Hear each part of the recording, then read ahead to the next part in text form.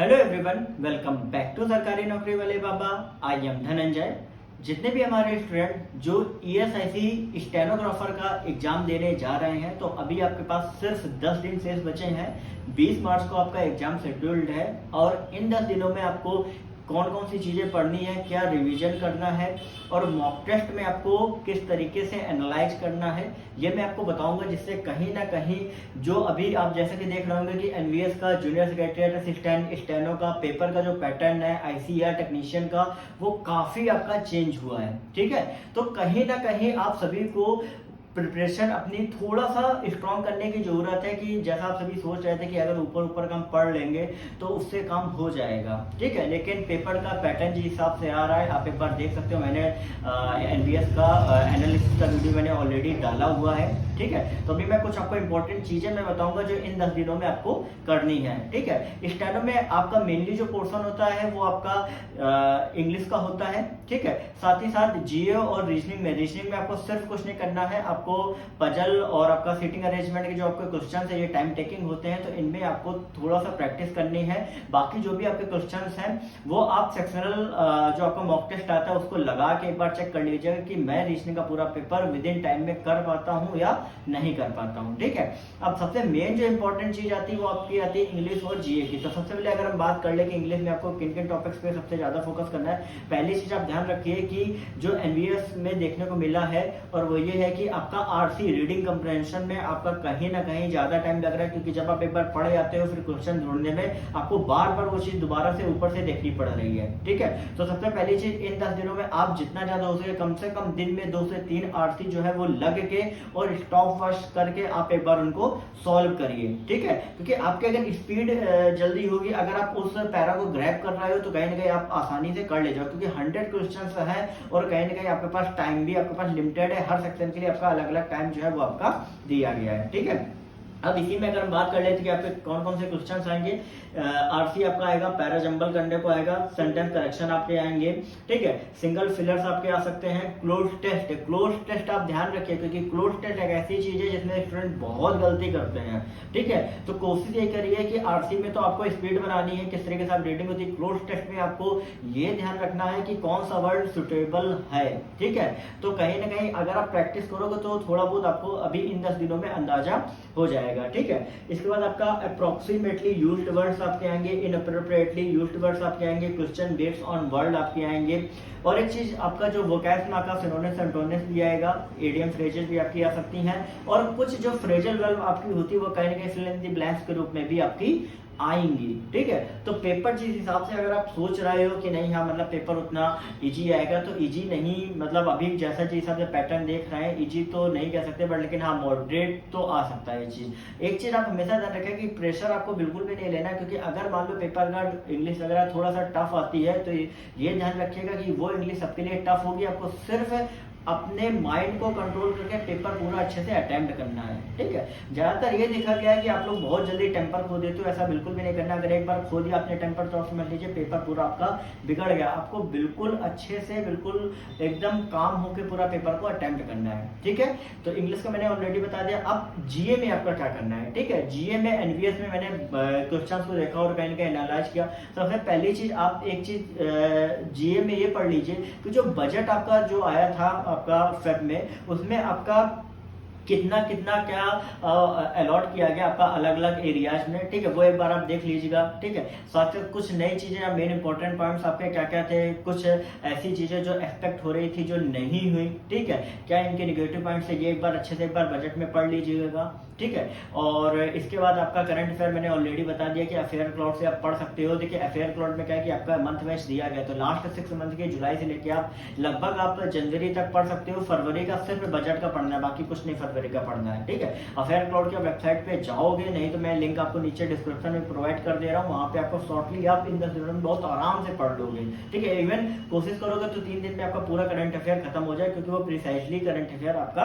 देते हैं, ठीक है। बाकी कुछ प्रीवियस ईयर के क्वेश्चन क्वेश्चंस भी वहाँ पे आपको मिल जाएंगे। बाकी आपको कौन कौन से क्वेश्चन जो ज़्यादातर पढ़ते हैं, पहली चीज़ ये कि जो अभी हाल ही में जो चीज़ें हो रही हैं, जो चल रही हैं, ठीक है, उनके बारे में पढ़ना है, ठीक है। और बाकी आपका जो पूछा गया जैसे हिल रिलेटेड क्वेश्चन आपके आएंगे, ये ध्यान रखें कि अरावली हिल्स आपकी कहाँ है, कहाँ से कहाँ तक फैली हुई है, ठीक है। बाकी जो कंचनजंगा, हिमालय, इन सब के बारे में पढ़ लीजिए, कहाँ पे है, कि इनकी हाइट क्या है, ठीक है। दूसरी चीज़ आपका जो नेशनल रिजर्व पार्क है वो पढ़ लीजिएगा, जैसे अभी एनवीएस में एक दो क्वेश्चन आए थे काजीरंगा पार्क के बारे में।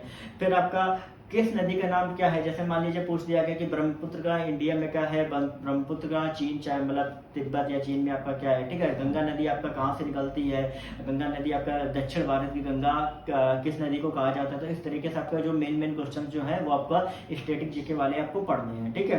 देखिए मेन जो पोर्सन आएगा वो 50% करंट अफेयर का आपका आएगा, उसके बाद 30-40% आपका 35 से 40% आपका आएगा स्टैटिक जीके का, उसके बाद आपका बैंकिंग से रिलेटेड आपका आ जाएगा, क्योंकि कहीं ना कहीं ये इंश्योरेंस वाली जॉब है, ठीक है, क्योंकि इंश्योरेंस कमीशन आपका है। तो बैंकिंग से रिलेटेड क्वेश्चंस के लिए आप क्या कर सकते हो, अगर आप बैंकिंग की तैयारी कर रहे हो तो आपको ऑलरेडी बताऊंगा, नहीं अगर आपने किया है तो एक नॉर्मल आप अफेयर क्लाउड से एक बार देख लीजिएगा, तो वहां पे आपको अलग से ईएसआईसी का बैंकिंग के आपके क्वेश्चन जो है वो आपको मिल जाएंगे, ठीक है। अब इसमें कुछ ऐसी भी चीजें जैसे आपका करेंसी कैपिटल से आपकी चीजें भी आपको एक बार पढ़ लेनी चाहिए, ठीक है। बाकी आपके इंटरनेशनल डे आपके कौन कौन से हैं, ठीक है। इसके बाद आपका जो G20 या जो भी आपकी समिट्स होती हैं वो आपकी कब होने वाली है, नेक्स्ट जो भी होगी ओलंपिक आपका कब होने वाला है, लास्ट ओलंपिक में आपका कौन जीता था, इंडिया की रैंक क्या थी, टॉप लेवल कौन रहा था, किसने सबसे ज्यादा गोल्ड किस कंट्री ने हासिल किए थे, ठीक है।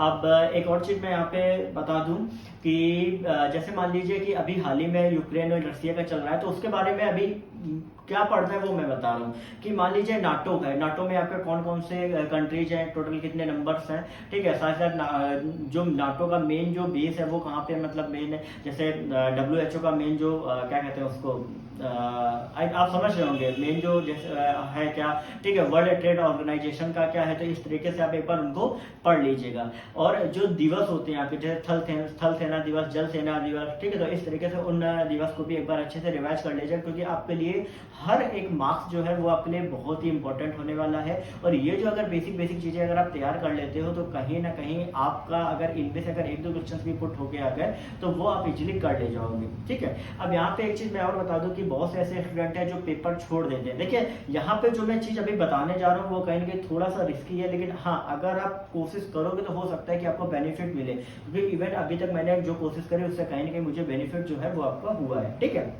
कई बार क्या होता है जीएस में आप कंफ्यूज हो जाते हो, 4 में से 2 क्वेश्चन या 3 क्वेश्चन में आप कंफ्यूज होते हो, तो एक चीज आप ध्यान रखिएगा कि जीएस में आपका 50 मार्क्स की जीएस है तो आपको जीएस छोड़नी नहीं है। मैं खुद एक अपनी बात बताता हूँ कि जब मैं 2017 का स्टैनो मैंने पेपर दिया तो उस टाइम पे था क्या कि जीएस में मुझे सिर्फ, क्योंकि जीएस हर जगह बहुत अलग अलग आती है, क्योंकि जीएस एक सागर की तरीके है, तो ऑलमोस्ट मुझे 20 से 22 क्वेश्चन आ रहे थे, लेकिन मैंने अटेम्प्ट 50 पूरे किए थे। और मैंने किस तरीके से मैं आपको पैटर्न बताता हूँ, हाँ रिस्क है बट लेकिन अगर आप फॉलो करते हो तो लेकिन मैं बता दूं कि आपका रिजल्ट जो होगा बेहतर आपको मिलेगा, ठीक है। मैंने क्या किया, जो मुझे कंफर्म आते मैंने कर लिए, जो डाउट में थे उनमें मैंने किसी तरीके से कर लिया। बाकी जो क्वेश्चन मेरे बचे 20 से लगभग 25 क्वेश्चन आपके बचे, तो उनमें मैंने क्या किया, तो उनमें मैंने एक पैटर्न बनाया। पैटर्न ये बनाया कि मैंने 4 क्वेश्चन स्टार्टिंग के लिए, तो 4 क्वेश्चन मैंने ए लगाया, बाकी 4 में बी, बाकी 4 में सी, बाकी 4 में डी।